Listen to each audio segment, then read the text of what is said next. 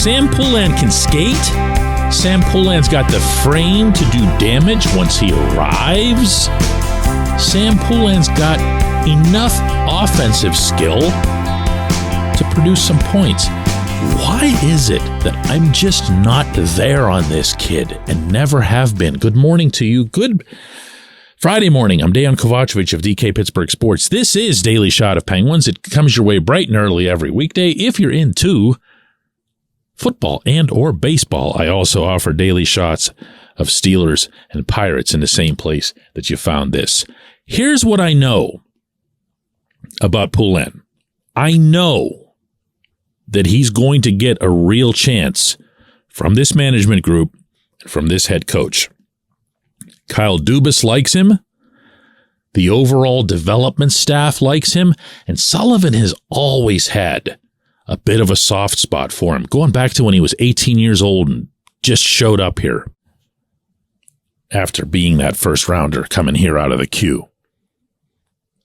I think you're going to see him beginning today with the Prospects Challenge, in which the Penguins are participating in Buffalo, New York, get an actual opportunity. Now, does that mean he's going to be somebody's odds-on favorite to make the NHL roster coming out of camp? No. I would find it stunning if he did.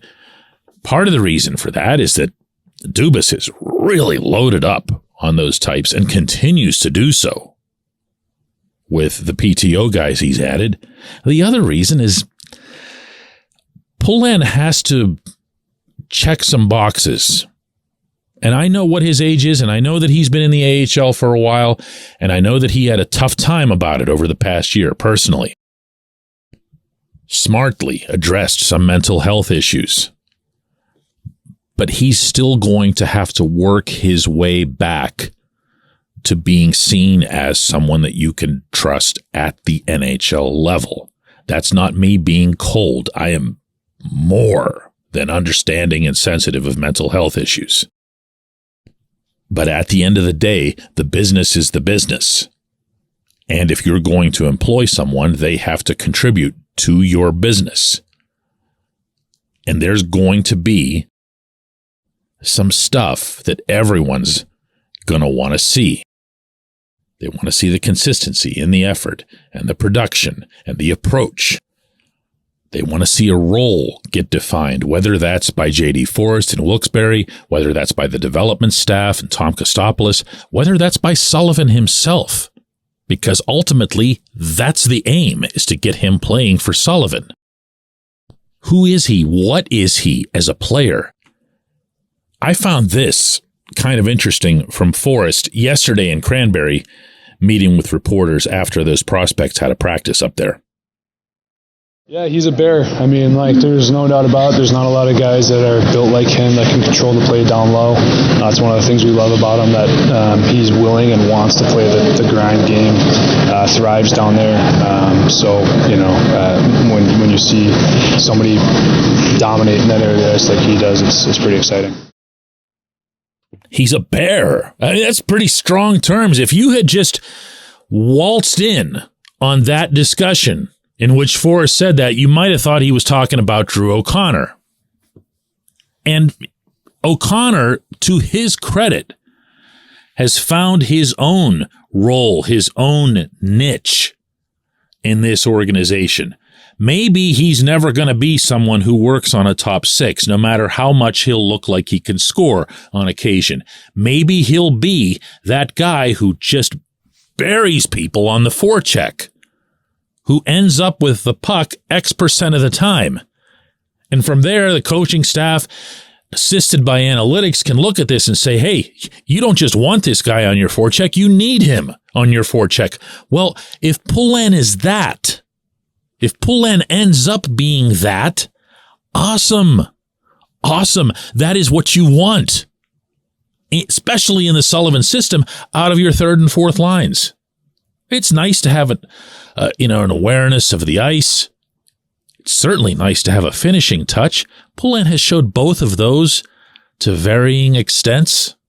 I'd say better off on the finish than he is on the vision. but it's not like he's not capable. And maybe this is the thing that's kind of kept me from really latching onto this kid as a potential real-life prospect for this organization. It's that I don't know what he is. I don't know what they want him to be when he's at his optimal. Watching him in the development camp scrimmage about a month ago up in Cranberry, I saw that he was all over the puck. It was just 3-on-3, but his skating and his bullishness and everything else had him eating this thing basically for breakfast, lunch, and dinner. And yet not a whole heck of a lot resulted from it. So that's what I'm hoping to see develop or mature. And it's going to happen, I think, in short order. That's not necessarily fair to the kid, but life isn't fair. He's not a child anymore. He's going to have to show himself. He's going to have to rise up. O'Connor did it. Poulin can do it. He's going to get that opportunity. When we come back, J1Q.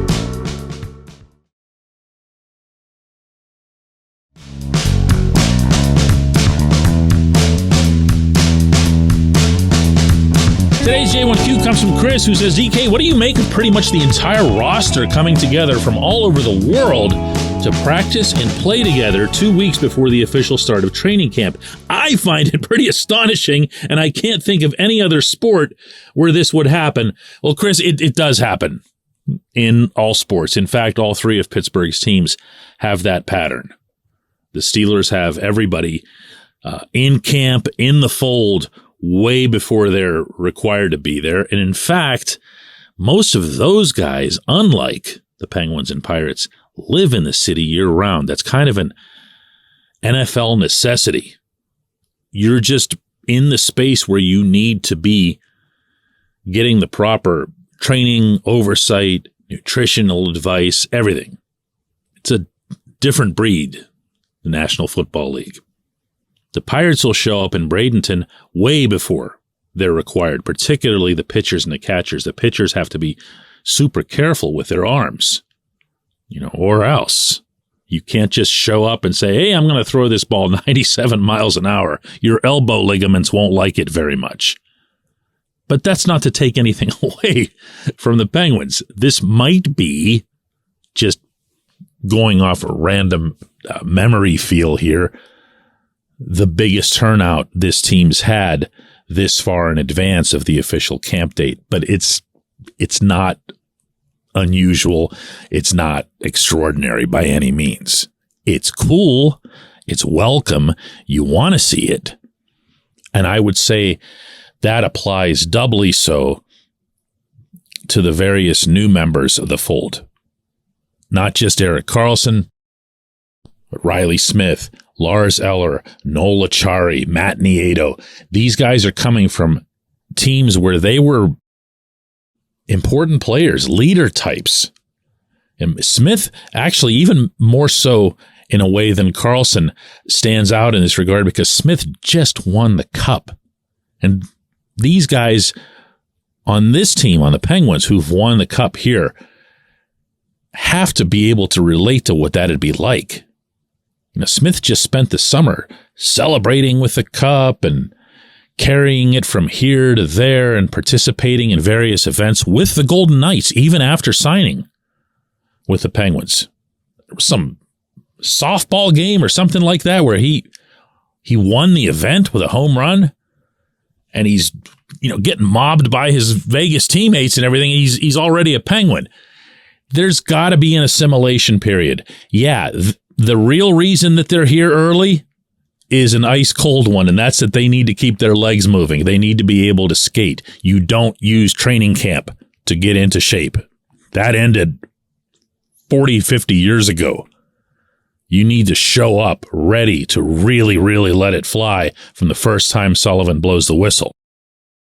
But you also kind of need to get to know each other. You need to start figuring out everybody's nicknames, although it's usually not that hard. It's whatever their name is with a Y at the end. I appreciate the question. I appreciate everybody listening to Daily Shot of Penguins. We'll do another one of these Monday when it will be the week of the opening of training camp.